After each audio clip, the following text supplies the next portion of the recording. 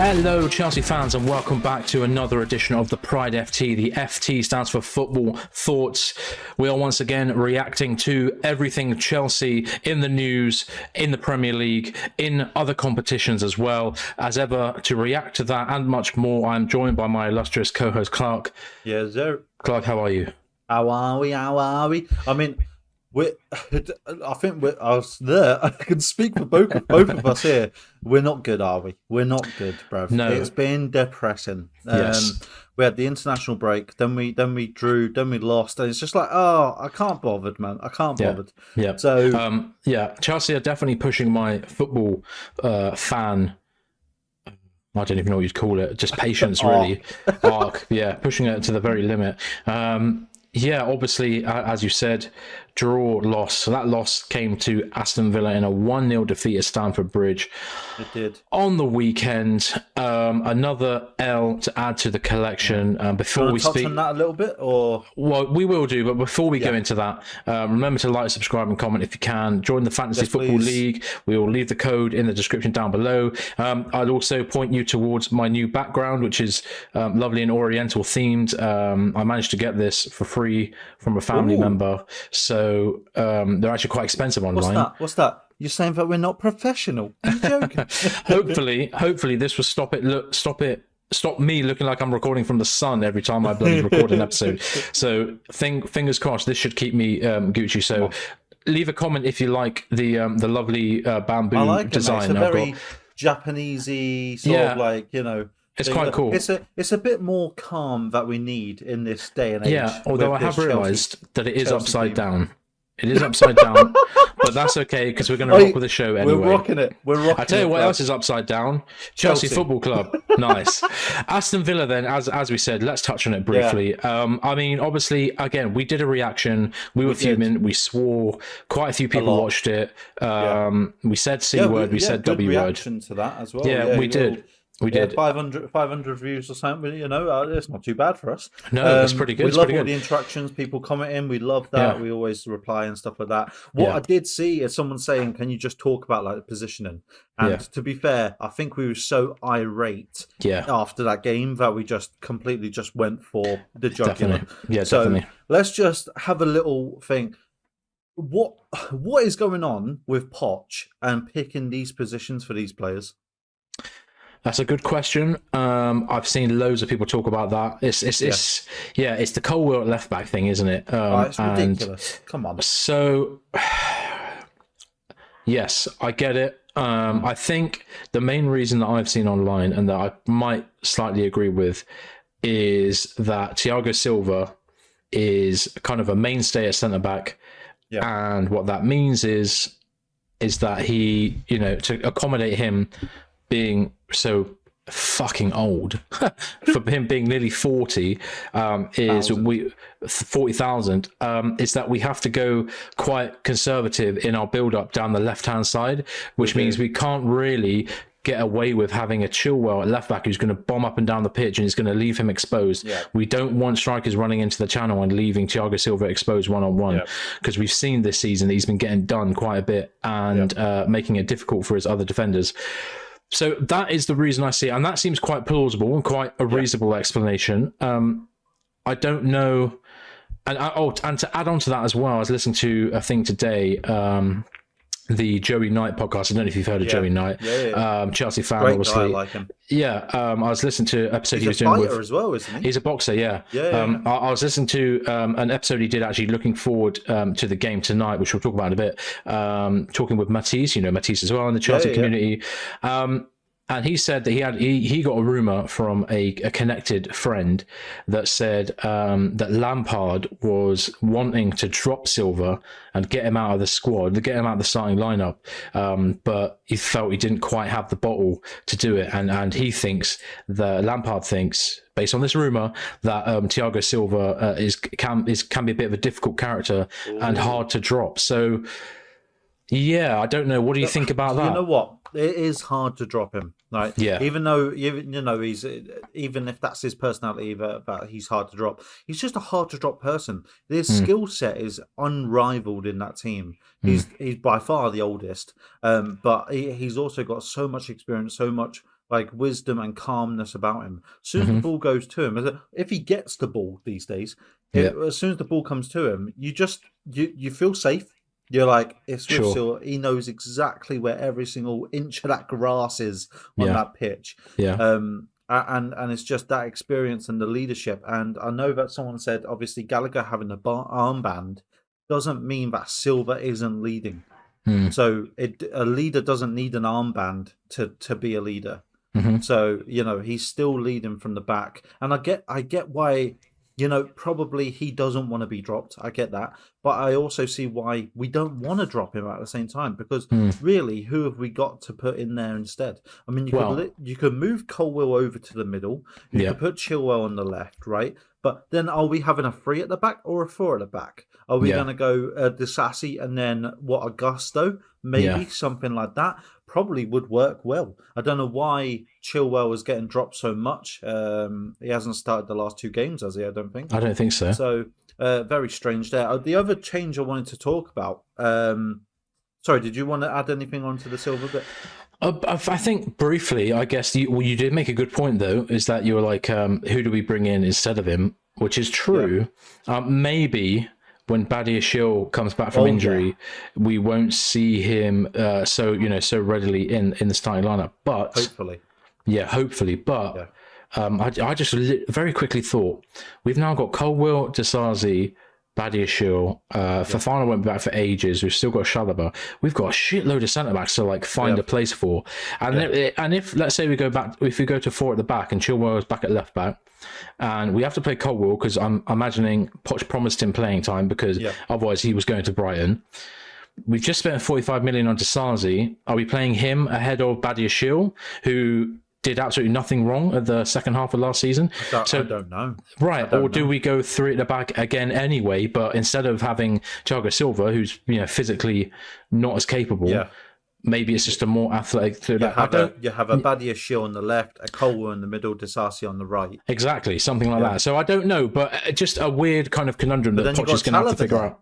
And he's class. I know, but the writing's on the wall for Chalobah. I think he's finished. Yeah, at Chelsea. I love the bloke as well, but the other positioning change I want to talk about is Enzo being a number 10. I don't know why they're putting him up so high. He's not a goal scorer. There's no 007 for Enzo. You know what I mean? Because he's not in that role to be a goal scorer.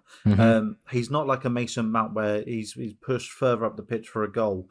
He is he's a classic centre mid. Let's be honest. He's not defence. He's not attack. He is centre of the pitch, so he can go everywhere. He can pass the ball anywhere. That's what he is. He's a long ball specialist, as we've seen, the fucking magician of it.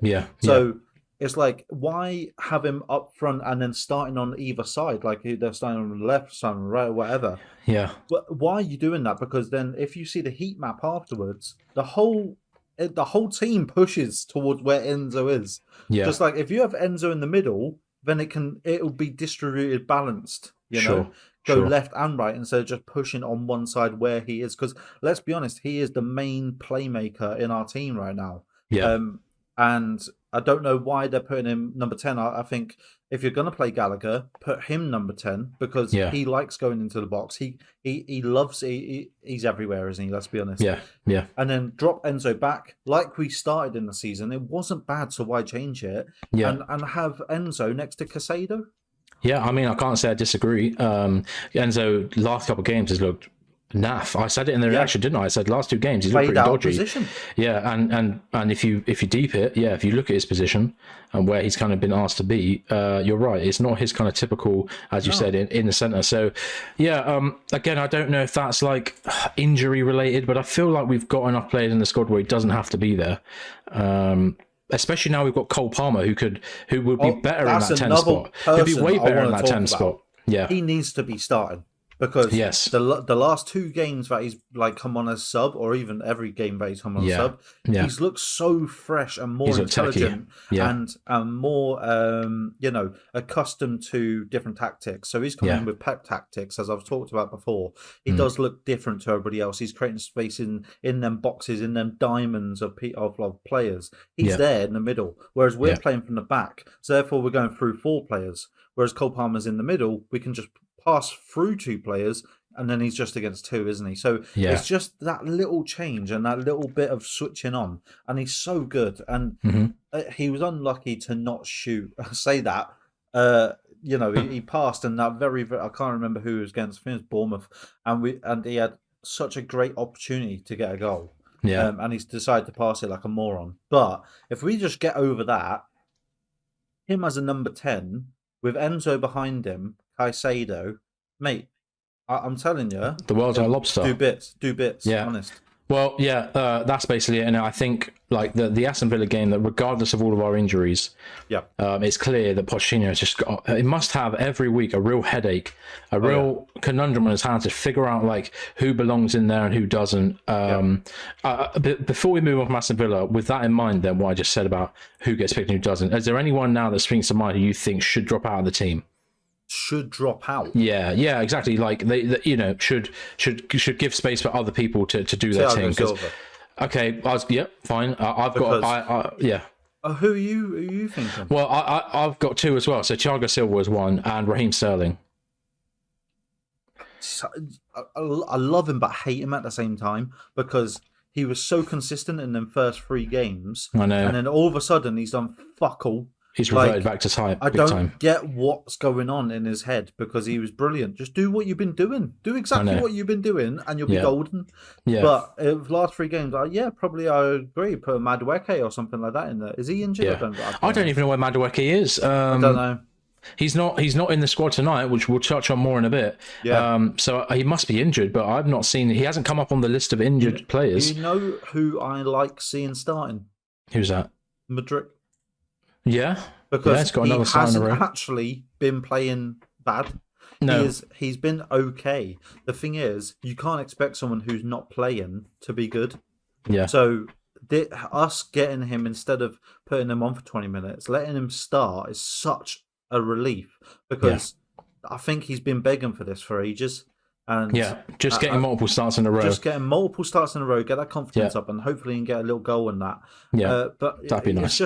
It's just nice to see the pace of him as well. It's fucking outrageous. So it's just nice to have him there. So all right then, with that in mind, because we're teasing it a bit, shall we quickly touch on obviously our game in a minute against Brighton in 45 minutes in 45 minutes in the League Cup.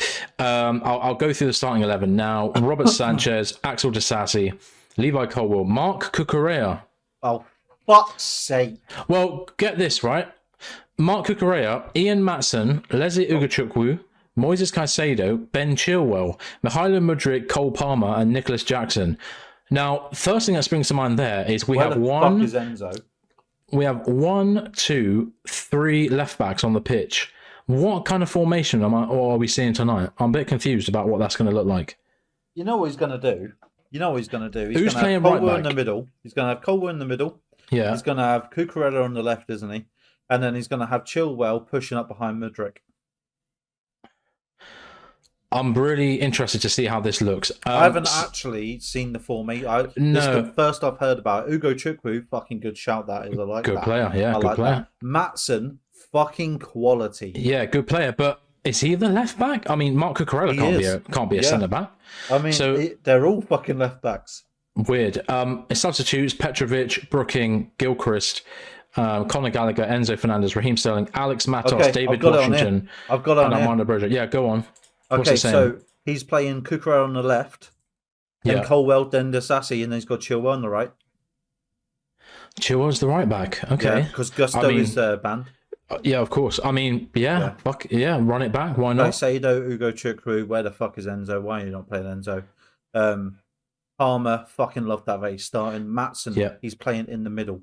Yeah. In the middle up top. He's playing Matson in number 10. I swear he's a left back. Yeah, but I mean, actually, he played wing back. Yeah, left wing back. That's where he had his best season at Burnley last season. But he was playing there in pre-season and he looked all right. So it's just maybe they're just running it back. 10. Then you got Mudryk on the left. Yeah, love that behind them. So he's actually playing, and then Jackson, and then he got so he's playing a 4-2-3-1. Okay, fine. So we'll watch that with curiosity. There's not much to really say in terms of the build-up. Like Brighton are a good team. we've got a bit of a not local. We've got a bit of a modern rivalry. Obviously, I'm just trying to find their squad now. Oh, here we go. Gilchrist is on the bench. Sorry. Yeah, so they've got their Brigand in goal, Igor Julio, summer signing in defence, Tarek Lamptey, ex-Chelsea, Mahmoud Dahoud, João Pedro, Carlos Baleba, Kaoru Mitoma, Van Hecke, Estupiñán, Fati, and Buonanotte. So a fairly strong lineup, actually. Quite a lot of their starters are there. They've got Steele, Dunk, March, Gilmore, Lallana, Welbeck, Adingra, Veltman, and Hinshelwood on the bench as well. So yeah, they're not exactly all bots in their starting lineup, so it's going to be a decent game actually. It's going to be very interesting. Mitoma starting at left wing with Ben Chilwell at right back is going to be weird for Chilwell because Mitoma is one of the most dangerous dribblers in the league in this position. He's going to have a lot. He's going to have a lot of work to do. But then again, I mean, Chilwell has played right back in the past, so he should be all right. He's a good guy. Do you know what? Look, he's a professional footballer. Yeah. You know what I mean? Just get it done. All right, so let's move on then to some of the news stories over the week. Sorry, hang on. What's your prediction for the game? Because obviously it's not started yet. Okay, prediction. I'm just going to be positive and go for a 1-0 to us. I'm going a 3-0 loss. Oh, flip it out. Fair enough. So we've switched for once because normally I'm the pessimist and you're the optimist. But there we go. All right. Well, what's the average? What's the mean between those two? Is that a 2-1, a 1 or draw? 2-1. Yeah. Fuck it. Let's go for a 2-1. 2-1. What, loss or win? Either or, man. Either or. Let's go for a win. Fuck it. Yeah. Fuck it. All right. Give me the news, bro. Yeah, so first news story actually just broke a couple hours ago. Reece James has been charged by the FA with a breach of the rule E3 following Chelsea's Premier League game with Aston Villa on Sunday. It's alleged that the defender used abusive language towards a match official in the tunnel after the game.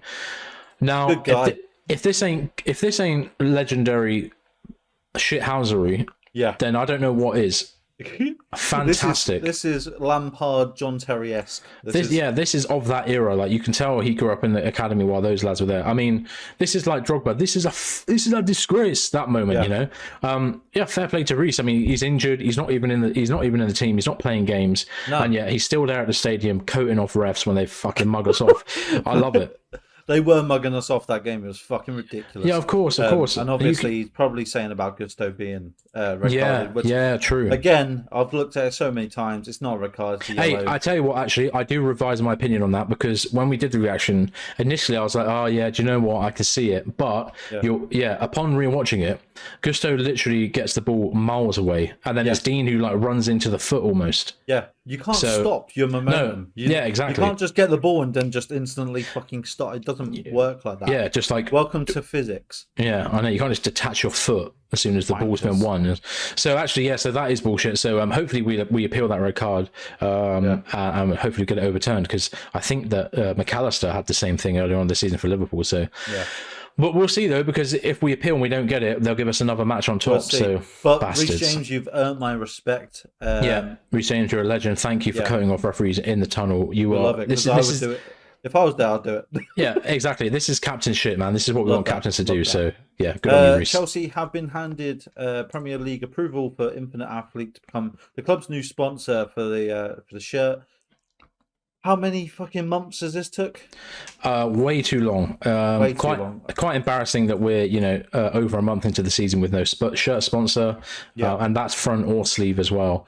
Yeah. And potentially missing out on millions and millions and millions of revenue. Although I am told that this Infinite Athlete deal will be a £40 million pound deal until the end of the season. That this story broke via Matt Law at the Daily Mail earlier on today. I can't stand him anymore. Fucking hate Matt Law. No, I know. He's clearly well connected, but he has some dodgy moments, doesn't he? What I'm hearing as well is that it won't be worn tonight because it's too early. Yeah. But it looks as if it'll be worn for the first time against Fulham on Monday. So we'll keep an eye out for that. All the mock-ups I've seen, the logo looks quite nice. So it is quite a nice logo. It shouldn't ruin the kit too much, thankfully. I just want to see what font it's in. What colour it's in. True. It depends if it's in white or is it going to be in the iridescent? Is it going to be in gold? We don't know. Yeah, I'm guessing white, but there we go. We'll see. Next up. Yeah, more staff leaving. Actually, I'll double this up actually for 2 staff leavings in a row. Bruno Saltor has secretly left Chelsea after less than 4 months in his role at the club. Obviously, he came in with Graham Potter. He took over for 1 game against Liverpool last season, which we drew 0-0, I think, or 1-1. And then to add to that, Claude Makelele has also recently left his role as Chelsea as a technical mentor. His departure is by mutual decision. So two parts of the team there who have left. Yep. I mean, if you're that way inclined, you could say the club is a basket case. Yep. Players might not want to be there. Staff don't want to be there. They're leaving at the closest opportunity. Maybe you would say that, but Bruno was never really long term. He came in with Graham Potter. He came in with Graham Potter. Yeah, exactly. Part of Graham Potter's group.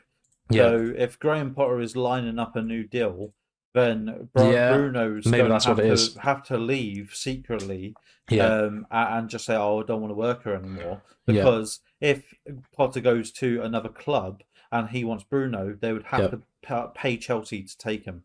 So therefore, it takes that out of it. So basically, oh, that's a good point. I didn't think of that. Yeah. So I think that's what it is. I think probably Potter has got a deal lined up or something like that. Yeah. And he wants Bruno, and he's contacted Bruno saying, "Leave your job, lad. I've got you sorted." Yeah. Fair enough.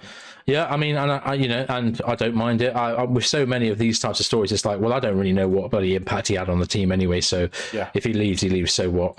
Obviously, Claude Makelele, though, bit more of a club legend. Yeah. Always sad to see somebody so popular go. But again, though, you could try and dig into the reasons why, but it's probably just a case of he just wants to leave. So, I'm sure if there's anything mad that's happened behind the scenes that we don't know about yet, it will come out at some point. But, I guess good luck to both of them in the future, and fingers crossed they move on to good jobs elsewhere in the football world. Veterans have now applied for an injunction to stop the Stoll charity trustees who run the block from selling the Sir Oswald Stoll mansion. Yeah. So what does this actually mean? Because I didn't read the article. So basically, the Stoll Foundation is this charitable foundation that assists veterans, obviously, and basically it was. Remember, we had a news story, didn't we, earlier? Where earlier on in the year, we were talking about how Chelsea are looking to buy some land right next to the ground that was owned or run to some degree by the Stoll Foundation. And they obviously had the final say in it. It looked as if it had been agreed, but not like finalized, but kind of agreed. Well, we got that confirmation. That's it. It was an agreement in principle to buy the land, which currently houses 100 military veterans and their war widows for an estimated £16 million in July. That's what we were supposed to buy it for. But it said that clearly, this is from the Evening Standard and Nizar Kinsella, it said that actually a lot of some of the veterans who are housed there, who are going to be moved to a different place, have now took out an injunction because they're furious with the idea of being moved, and that they don't want the club to buy the land and they want to maintain where they are. So, again, with these types of things, it's nothing to do with the football team. It's nothing to do with transfers or anything like that. So, who knows? But it is adding to this whole Stamford Bridge area is completely cursed, and that it's just so difficult to get anything done. It really is an unbelievable uphill battle to get our stadium sorted out. And I don't know what we're gonna do. I have no clue, mate. I have no clue. But no, they are adamant on doing something with the stadium, or potentially build another one, knocking that one down. It seems like a key part of their whole buying Chelsea in the first place is we're coming in with a plan to renovate the stadium, which is good obviously for us in the long term, but finding it clearly very difficult to get anything sorted, just like Roman Abramovich also found it difficult. And it does make you think, although this isn't possible because the Chelsea pitch owners own the rights to the stadium and where Chelsea play and the name, it does make you think, well, I wish we could move. I mean, easy for me to say as somebody who doesn't often go to games at Stamford Bridge, and probably that would be quite difficult for people who do, season ticket holders. But, I'm sure there are other spaces that would be so much easier for us to get a lovely, brand new, spanking, delightful, delicious stadium in. But it's looking increasingly difficult where we are now. Fuck it, Hyde Park, let's go. Just cover all of Hyde Park. It's not even that West London, but fuck it, yeah, it's a lot of space. Last news story then, not actually that much news happening this week. Talking of land purchasing, Jacob Steinberg brings us news that Chelsea purchased land opposite the entrance to the training ground in Cobham. So yeah, the land was made available. We bought it. Who knows what for? Right near the training ground. It Probably could be just anything. to have it. Yeah, I mean, it could be anything exactly. It could be like, I mean, who literally, I don't even want to talk about it. Who fucking knows? But anyway, good to see Chelsea are getting land somewhere. Yeah. Be that anywhere. Fucking hell. Yeah, exactly. Anywhere. Moving on then to the women's. Yes. Not much is happening. Obviously, international break still roaring on. I believe actually England lost to Netherlands yesterday or today. Oh, right. Peak. 5 days until the first game of the season, though, for Chelsea women's against Spurs, Stamford Bridge on Sunday at 5:30. So do keep an eye out for that. You know, get tickets to go to the game if you can, or I'm sure you can watch it somewhere on television. I can't remember who has the rights. But that's all the women's stuff. Youth. There's been a little bit of action. There was a game for the under-21s last Friday against Manchester City under-21s, kind of big rivals in that division, in that area. David Washington actually got his first goal for the club, and Josh Brooking, who's on the bench tonight, scored an unbelievable solo goal, which is worth looking out for. He literally just dribbles like most of the pitch and tucks it nicely. It's pretty good. As you do. So the game ended 2-1 to Chelsea, so we'll have that. They then also played last night as well in the EFL Trophy, and went through over Northampton Town under-21s after winning 4-3 in a penalty shootout. The group stage fixture ended 2-2 after an enthralling 90 minutes. Ronnie Stutter and Michael Golding were on target in the opening period. Sean McWilliams and Tyree Simpson struck for Northampton. But our Blues had the better of the chances in the second period. They couldn't find a winner. However, from 12 yards, it was Chelsea who held their nerve. Robinson and his players returned with 2 points, one for the draw, another for the shootout win. And no victory against Oxford United in November will secure their place in the knockout stages. Go on. Well, at least we're doing something somewhere. Yeah, under-18s returned to winning ways as a brace from Donnell McNeely and Tyreek George, as well as goals from Shamira Mweka and Michael Golding, saw us hit 6 past Norwich. After last week's defeat against Fulham, our young Blues showed their goal-scoring capabilities in this goal fest. It ended 6-3 in the end, but Chelsea were dominant and fully deserved the victory. Well, last week we all lost. Every single one of our teams lost last week, and this team, this week, three of them. Well, technically 3 of them have won. So can we do another? Can we have a little win against Brighton? Let's add another. That being said, rival watch Arsenal and Tottenham 2-2. Class game, back and forth action. Both teams look quite good, annoyingly. Yeah. So always they look on par. Ish. The own goal was a bit higgy. Yeah. I mean, it's just a bit of a shame, innit? Our kind of 2 biggest London rivals. Yeah. Both kind of having like classic games. I mean, they always do, to be fair. But it was kind of a show that Tottenham have started well this season, and it's a bit nerve-wracking that they look like if they're good enough to give Arsenal a good game, then they're someone to watch out for. It's just another team that looks likely to get top 4. So another one. Yeah. Kudos as well to James Maddison, who had a barnstormer and is proving himself to be one of the signings of the summer. This comes after, obviously, some articles that suggest that we had the opportunity to potentially go in and sign him, but our rule of not signing anyone over 25 meant we couldn't because he's 26. I don't know whether that's true. We're basically the Leonardo DiCaprio of... we're Leo FC. I mean, I don't know if it's true, but 25, get out. It's quite ridiculous squad building if it is true. But yeah, we'll have to keep an eye on those two because they are right at the top of the table and doing their thing. Talking of doing their thing or not, United actually did win 1-0 against Burnley. on the weekend. One goal, it was a really nice finish, to be fair, from Bruno Fernandes, a first-time volley, reminiscent of that Ronaldo goal, actually, that he scored against Villa a couple of seasons ago, or last season. It was a really nice goal, and it was well set up as well, by the way, by 35-year-old Johnny Evans, who made his 200th appearance for Manchester United, years and years and years and years after his first appearance when he was first at club, when Alex Ferguson was still there. So that was pretty good for him. The quotes after the game, he was gushing. He was quite happy with himself, so that's fair enough. Not much really to say about the game other than the goal, really. United are still shit. Ten Hag is still a fucking bald fraud. Sancho plays FIFA.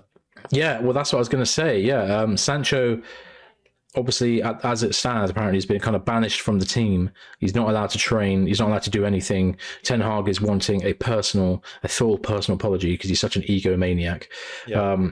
And since that's kind of broken, Jadon Sancho has been seen online playing FIFA up to 3 a.m. I keep seeing people tweet with screenshots of Sancho's bloody gamer tag playing against them, and they're like, "Oh, good game, lad, but you should probably go to sleep. You've got training in the morning." So he hasn't.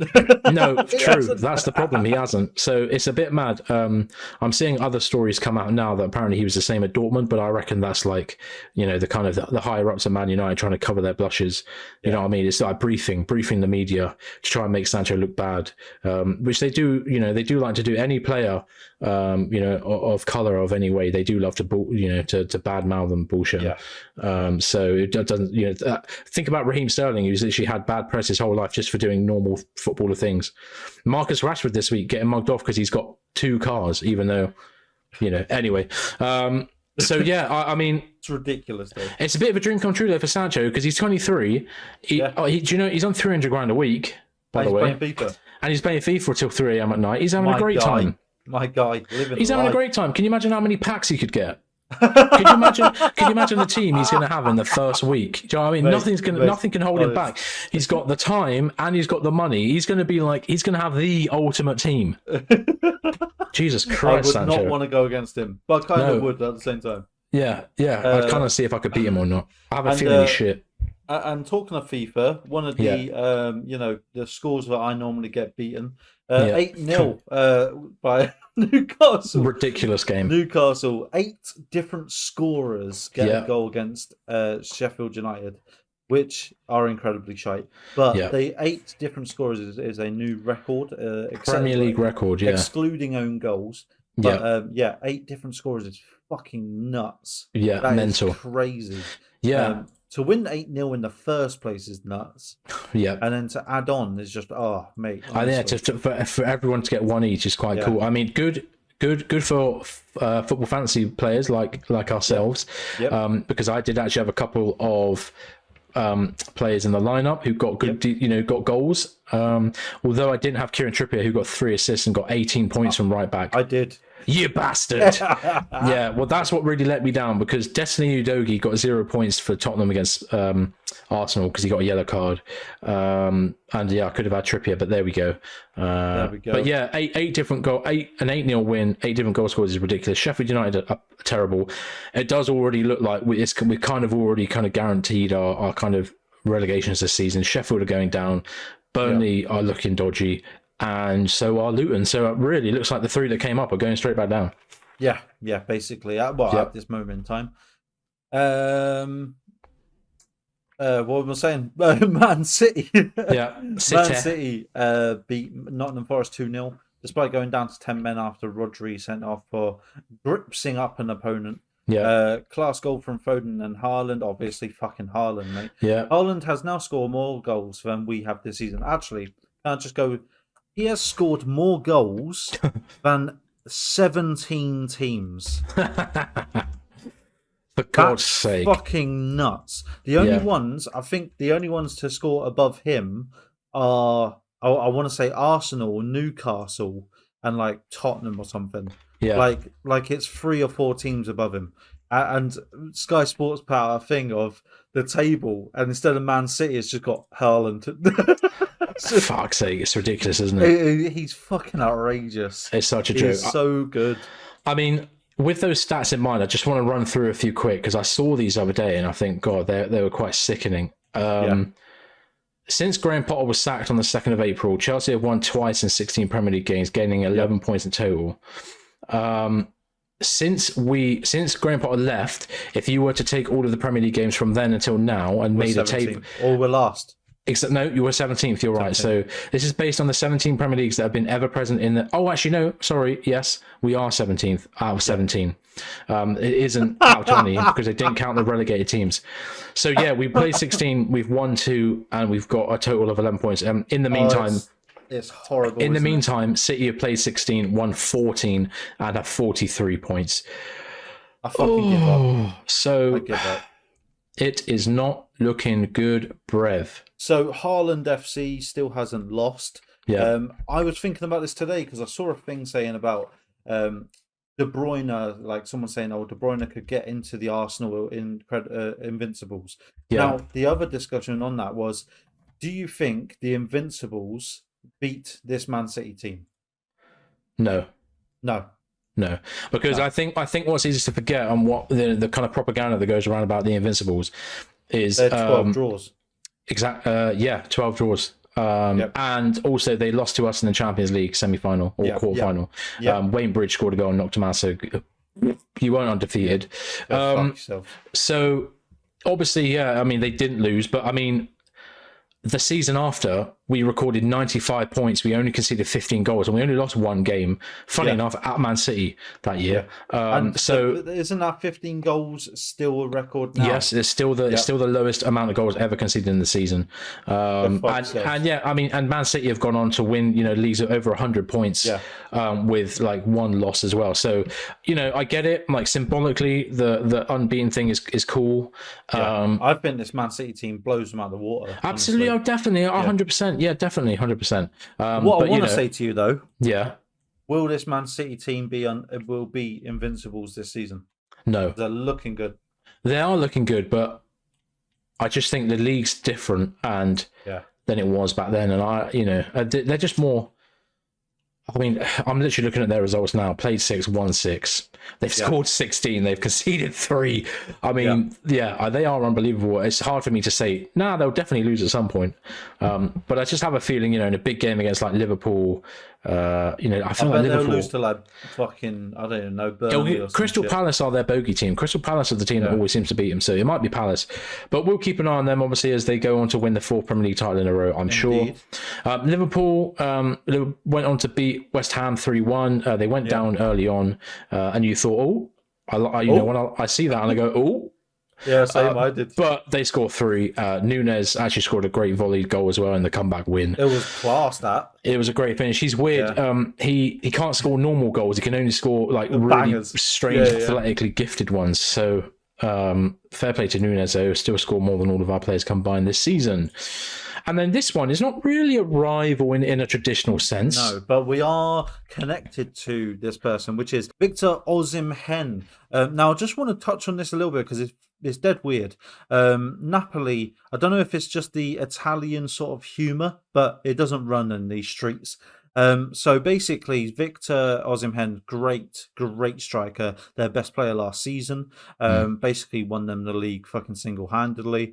And he was begging for, well, they say begging, he asked. He wasn't on his knees, you know what I mean? No. He asked to do, like, they had a penalty. He said, can I take the penalty? They were like, sure. And then he fucked it up and missed, right? Which we've seen so many people do. Kai Havertz, sorry. So, we've seen a lot of people do this. Yeah. Now, what do we do when someone misses a penalty? Yeah, we clown them. We do clown them, right? Yeah. Your own fans clown you. You know who doesn't clown you? Yeah. Your team. Yeah. Your official team, media team doesn't take the piss out of you in a stupid TikTok video. And do edits. There's 2 or 3 edits that they done calling him Coconut Boy. Like that's, I don't know if that's meant to be like some sort of Italian banter or a racist slur, but it's still shit. Whatever it is, it's not even a good Like, it's not even a good edit. It's not it's not a good edit. It's fucking terrible. Whoever's doing their social media, hire me. Fuck me. Yeah. So it's not even good edit. 2, the banter is just dry. And 3, Victor Osimhen did not fucking like it because he's gone onto Instagram straight away, took them out of his in bio and deleted every single picture of him around Napoli. He's not happy. And he's also suing them as well. Yeah, I hear that. Yeah, or I don't know what for. Maybe a defamation of character or something. I don't know, or a bullying. I don't know, something like that. But it's just strange, bruv. Oh, sorry. I'm dumbfounded. How can a striker, be at your club, absolutely help you dominate the league, score buckets of goals, be your best player, arguably, and you give him shit for just this random moment in a game, in a way that's so insulting to him that he's like, you know what, fuck this club. I mean, I totally agree with him as well. Me too, definitely. I mean, what the fuck are they playing at? And you're right. There's room for racism. Right? I was going to say there's very weird. There's very weird, like racist undertones of what those edits were like. There's no room for racism in the Premier League, but there's no room for racism in any league, bro. Yeah, because it's just weird. Like it's just weird. And he's your best player, and they were saying they give their best player to someone else. Yeah, so it's like their captain or some shite. Kvaratskhelia. Yeah, some bollocks. So it's like you've mugged him off there, and then you're mugging him off online, and then you delete the video. So you pull it out, and then we've shithoused it. We'll pull it down. Yeah, mate, I would be fucking fuming. But I don't blame him. Come home, bruv. Well, I've said this for 2 seasons now. Osimhen belongs at Chelsea. Ever since I saw him back in the day, I was like, he has got what we want, sort of thing. He's got that Chelsea, vibe around him. DNA. And you know what? He'd be fucking loved at this club. No one would be doing shitty edits because our staff are actually fucking humans. Normal human beings. Normal human, and they're actually good at editing. So if they were going to take the piss, it'll be a good edit at least. So I must say their graphic designs used to be better though. Like this season, the graphic designs are a bit boring, but I remember when they used to. Remember last season and season before, they used to do like cool themed graphics for like the Chelsea lineup. Chelsea lineups. They don't do them anymore, which is a bit of a shame. But I think I think they got rid of whoever was doing it. I don't know, or changed it or something. But I loved the themes. Every week it was a different sort of theme. It was sick, man. They'd have to come up with so many. But it was so good. It was class. It was amazing. One of them was a bloody Metal Gear Solid theme. I literally screenshotted it. Do you remember that one? I screenshotted it. I've still got it in my camera roll. I've still got it. It's so cool, man. It's so cool. I think we should bring that back, man. It's so sick. Yeah, definitely. And I also love Chelsea scenes. Chelsea scenes. The bloke that does the rough sort of like cartoon drawings. Love that, and I love that they use him a lot. So maybe something based on that. Do like a lineup from him and his style. That's sick. But other than that, Napoli, fucking, you've just lost everyone's respect. I was gonna say exactly. If he does use this to cancel his contract, we need to be there, bruv. We need to be offering him 500 grand a week. Get him in. And Napoli, you've just literally lost every single sort of commendable thing you've done. I thought they were a cool club. Yeah, I thought they were okay. I like Napoli, but now they're mugs. So they're not going to get any transfers from anyone. So fuck them. And also the Italian league, you're all scum. Anyway, allegedly. No. In my opinion, you're fucking racist bastards. So anyway, we'll leave it at that. We've got a game in 10 minutes. It is on. So we will love you and leave you. Please like, subscribe, comment, rate us, all that good stuff. We'll be back with another podcast next week. We'll also cover the Fulham game, and this will be going out after our reaction to the Brighton game, but hopefully we've fucking won something. Would be quite nice to enjoy a moment or two. So that being said, as always, up the Chelsea.